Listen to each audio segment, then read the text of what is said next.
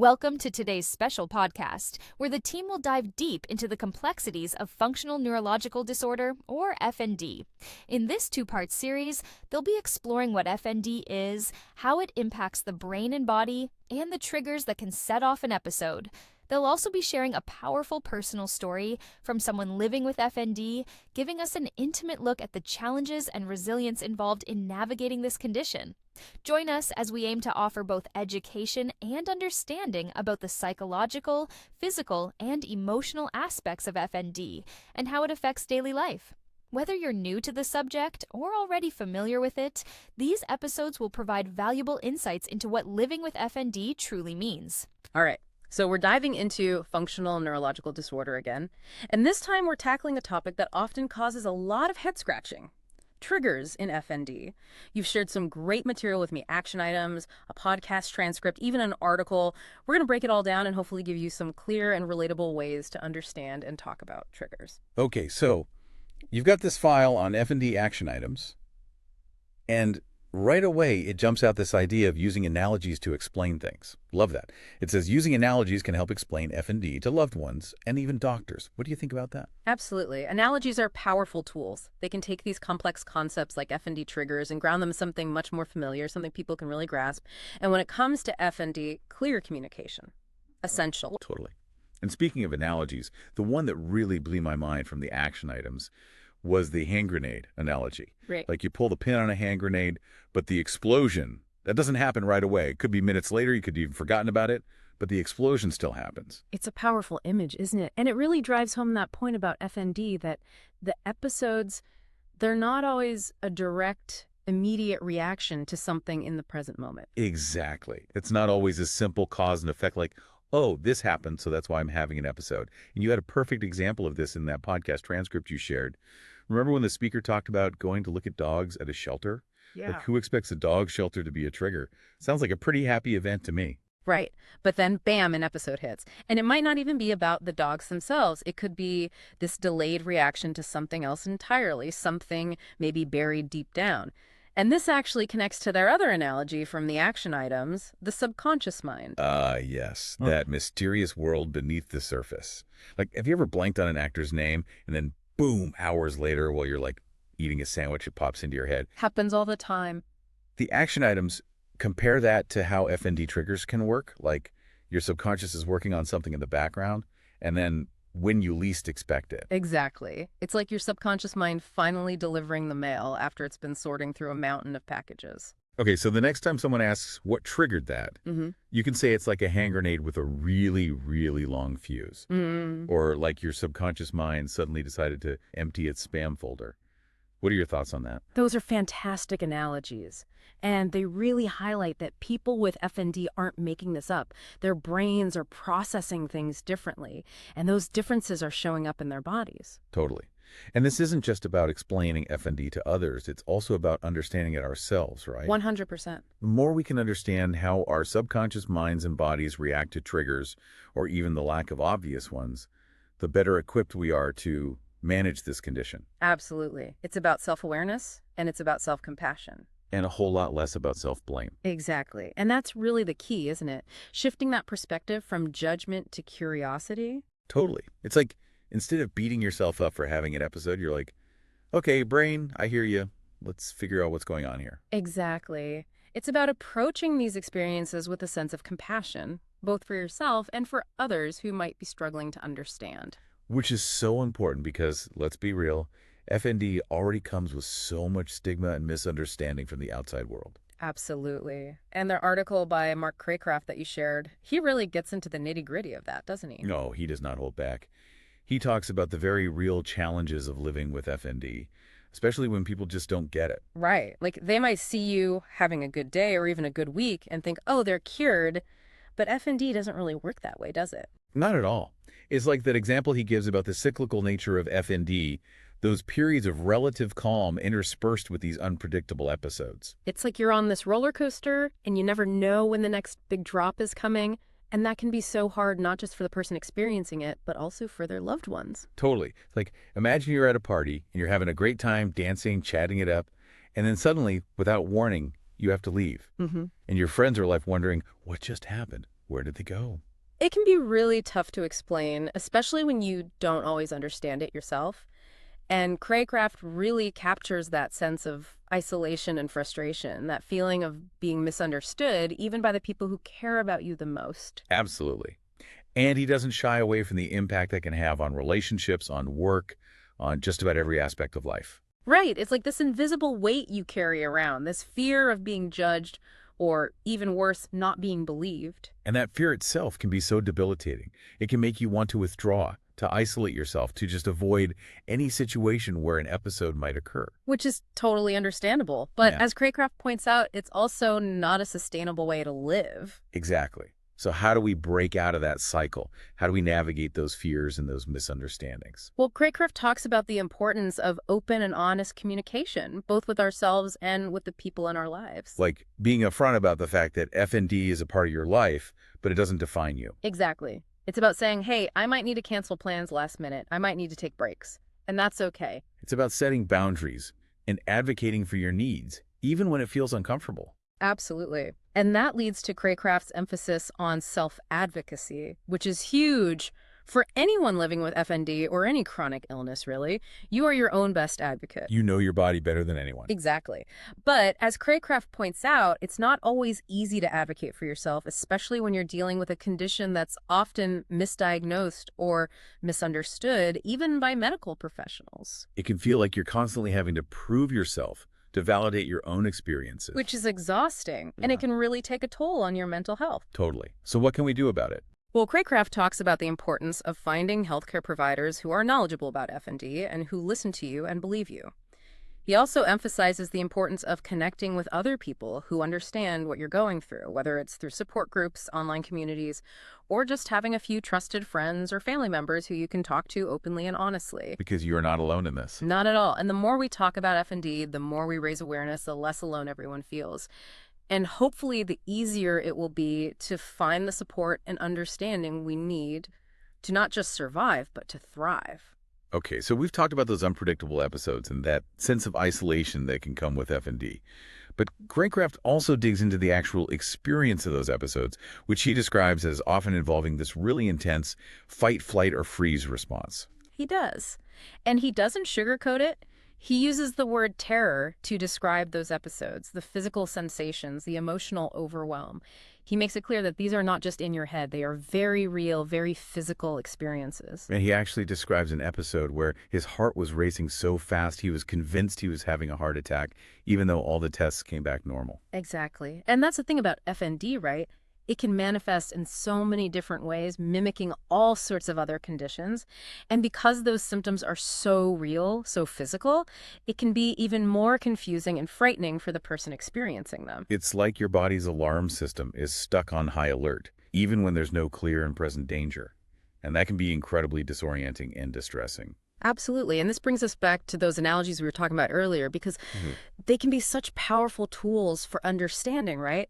For communicating these really complex experiences and for advocating for ourselves. Totally.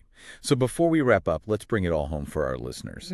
For anyone out there who's ever felt lost in the weeds, trying to make sense of FND triggers, what should they take away from this deep dive? Those two analogies we keep coming back to, they're gold. First up, the hand grenade. That delayed reaction is huge. The fuse on these triggers, it can be way longer than you might think. Right. It's not always instant replay, just because you can't connect an episode to something that happened 5 minutes before. Not even 5 hours. Exactly. Yeah. It doesn't mean there wasn't a trigger. It just means the brain, it's processing things on its own timeline. Sometimes those things, they bubble up to the surface when we least expect it. And that brings us to our other MVP, that subconscious mind, that incredible behind-the-scenes operator. Always switched on, always taking notes, even when we're totally checked out. So those seemingly random triggers, like, why am I having an episode at the grocery store? I like yogurt. Right. It might be a sign that something deeper is going on, something your subconscious is trying to work through. Just like when that actor's name is on the tip of your tongue, then pops into your head hours later while you're doing something completely unrelated. Exactly. Same brain, different channels. And that understanding can be so empowering because it shifts the focus from blame to curiosity. Instead of constantly asking, what caused this? Start asking more helpful questions. Like, what might my subconscious be trying to tell me? what factors might be contributing to these episodes. It's like you become a detective of your own experiences. Exactly. It opens up a space for self-compassion, for exploration, for working with our brains and bodies rather than against them. And maybe even befriending those triggers a little. Or at least not being so afraid of them. Because they do hold valuable information, don't they? Totally. Now, before we wrap up completely, I want to leave our listeners with one final thought to chew on. What if we took this idea of triggers and we zoomed out even further? Like, what if it's not just about pinpointing specific events, but about understanding the overall load on the system? Ooh, I like where you're going with this. You're talking about a more holistic perspective. Exactly.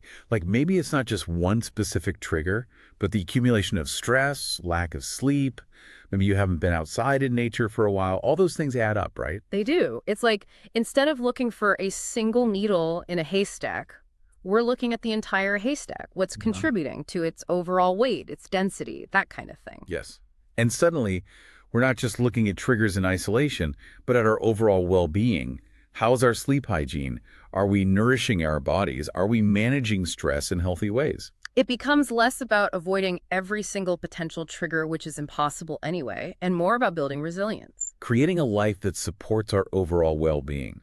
Because when we look at the bigger picture, we often find there are many things within our control that can either increase or decrease that overall load on the system. And that can make all the difference. It can. Yeah. So to our listeners out there, keep exploring those analogies, keep asking questions, and remember F&D is complex, but you've got this. You absolutely do, and never underestimate the power of self-compassion and a good support system. Couldn't agree more. Until next time, keep diverse. Next, our team talks F&D on a different day. This time, they dive more deeply into a personal story, and you'll discover some valuable insights. Let's go to them now. Welcome back, everyone. Ready for another deep dive? Today, we're going to dig into something pretty complex, but also really personal, functional neurological disorder, or FND. You might also know it as conversion disorder. Right, we'll get to that. But first, we got to introduce you to Mark Craycraft. He was a teacher, a publisher, and then in 2016, bam, diagnosed with FND. And that diagnosis kind of became his push to find a whole new purpose. Totally. He didn't let FND stop him. Instead, he turned his experiences into something really meaningful. He started writing, mostly for his kids so they could understand what he was going through. And luckily for us, his writing gives us this really up-close and personal look at what it's actually like to live with FND. It's one thing to read about a condition in a medical journal, all clinical and such, but to hear it straight from someone living it, that's powerful stuff. Absolutely. But before we get too far into Mark's story, we should probably make sure we're all on the same page about what FND actually is. We've been looking at some articles from the Scioto County Daily News and studies from the Mayo Clinic. And it seems like FND is like your brain, the control center for, well, everything, suddenly acting wonky. Yeah, and that's what makes it so hard to deal with. The really frustrating part is that doctors know it messes with how your brain works, how you move, your senses, your emotions, all of it. But they haven't figured out exactly why it happens, how to cure it, or even predict how it will progress. So it's kind of like heading out on a road trip with no map, no GPS, no idea what to expect around the next bend. And one thing the articles really emphasized was how important it is to not mix up FND with other things, especially schizophrenia. Right. People get those two confused all the time, which is a problem. So how do doctors tell the difference? I remember the SCDN article mentioned something about software versus hardware problems in the brain. Yeah, it's a good analogy. Think of your brain like a computer. Schizophrenia is often more like a problem with the physical parts of your brain, like the hardware is messed up. But with FND, the brain structure is fine. So the hardware is good. It's more like the software, how the brain processes info and controls your body. That's got a glitch. Okay, that makes sense. But knowing that nearly 400,000 Americans are dealing with this software glitch, well, it really hits home how serious this is. The articles talked about how FND can make everyday stuff work, relationships, incredibly tough. And that's where Mark's story is so important. In Facts About the Author, he talks about how FND causes these totally unpredictable, often really disturbing episodes. It shows just how deeply FND has affected him. He even had to make this super safe space at home to avoid anything that might set off an episode. He was basically sheltering in place before it was a thing. It really makes you realize how isolating and unpredictable FND can be. It's like you never know what might trigger an episode, like walking through a minefield every day. Yeah. But even with that hanging over him, Mark doesn't let fear run the show. That's what I think is so amazing. He said in Facts About the Author that he approaches everything like it might be the last thing he does. That's got to take some serious strength, right? Definitely. It really makes you think about how important it is to appreciate every moment, especially when what tomorrow brings is such a question mark. And for Mark, that means putting everything he's got into his writing, into connecting with people, leaving something behind that's bigger than FND. And his writing goes way beyond just, this is what it's like to have FND. He's got these really insightful things to say about life and finding meaning, even when things feel chaotic. Yeah, that search for meaning is something we can all relate to, right? I mean, whether it's a chronic illness or just like life in general throwing stuff at you. Mark's story is like a reminder that even in the toughest times, you can still grow from them. One thing we haven't talked about with FND are these psychogenic symptoms. Basically, physical stuff going on that doctors can't explain. The SCDN article mentioned some pretty wild research linking this to stuff like, get this, psychokinesis. It's some pretty out there stuff. Remember how we were talking about FND being a software problem? Yeah, like a glitch in the system. Exactly. Well, some researchers believe that those glitches are what's causing these psychogenic symptoms. Hold on, are you saying people with FND are, like, moving things with their minds? No, it's not like superpowers or anything. It's more that their brain's perception of reality gets so warped that things just seem unexplainable. The article said 2/3 of FND patients say they experience this. They might feel like things are moving on their own, or the room is spinning when it's not. It's pretty wild when you think about it, how much power our brains have, but how little we actually understand about them. That's kind of blowing my mind a little bit, to be honest. It makes you wonder about what we think is real versus what's happening inside our own heads. For sure. And while it can be scary to think about, these psychogenic experiences can also teach us all about how consciousness works, how our brains and bodies connect. It's fascinating stuff. The article also mentioned that if you wait too long to get treatment, or if your symptoms are really gradual, it can make FND harder to deal with down the road. Exactly why it's so crucial to get help as soon as possible. The quicker someone with FND gets a correct diagnosis and the right treatment, the better their chances are of managing it and having a good quality of life. And that's where organizations like FND Hope, FND Action, NEE, they come in. They're doing really important work to spread awareness, support research, and just be there for people with FND and their families. Having those resources and support networks can make such a difference, especially with something like FND that not a lot of people, even doctors, totally understand. Yeah, and that's a huge obstacle for people with FND, just getting that initial accurate diagnosis, because the symptoms are all over the place and can look like so many other neurological or psychological things. Right, like you could be bouncing from doctor to doctor for years, getting nowhere. Exactly. It's really common, unfortunately. And the SCDN article really hammered home that the sooner you intervene, the better. Absolutely. Makes you realize how important it is to raise awareness, not just for regular folks, but for the medical professionals, too. Couldn't agree more. And that's where people like Mark Craycraft come in, sharing their stories so powerfully. It's a big deal in fighting the stigma and helping people understand. He reminds us that there's a whole person behind every diagnosis, with their own story, their own strengths. He could have let FND take over, but instead, he's turned it into something that can inspire others. Totally. He's flipped the script. Instead of FND being this thing holding him back, it's become this chance for growth, for creativity, even for connecting with people in a deeper way. It's been eye-opening diving into the world of FND through Mark's experience. Really makes you think differently about the brain, about what's real, even about the human spirit and how strong it can be. And it underscores how crucial research is, how much more awareness we need, and how important it is to support people like Mark who are dealing with this often really misunderstood condition. So as we wrap things up here, I want to leave you with this. What if Mark's story and all the other stories out there like his could spark a whole new wave of research into just how amazing the brain is, how it can be so vulnerable but also so resilient? Now, that's a question worth pondering. It really highlights how interconnected personal experiences and scientific discoveries are, Maybe by embracing the unknown, by really trying to understand the complexities of what it means to be human. That's how we're going to make breakthroughs in understanding and healing and finding hope. Well said. And for everyone listening, remember, learning and exploring never stops. Keep asking the tough questions, keep looking for different perspectives, and never stop diving deep into the world around you. Until next time, everyone. Thank you so very much for listening. You'll find more information and resources in the show notes.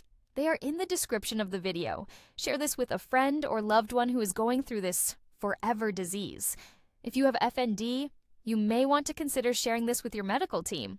Finally, from all of us here, we truly do wish you the very best.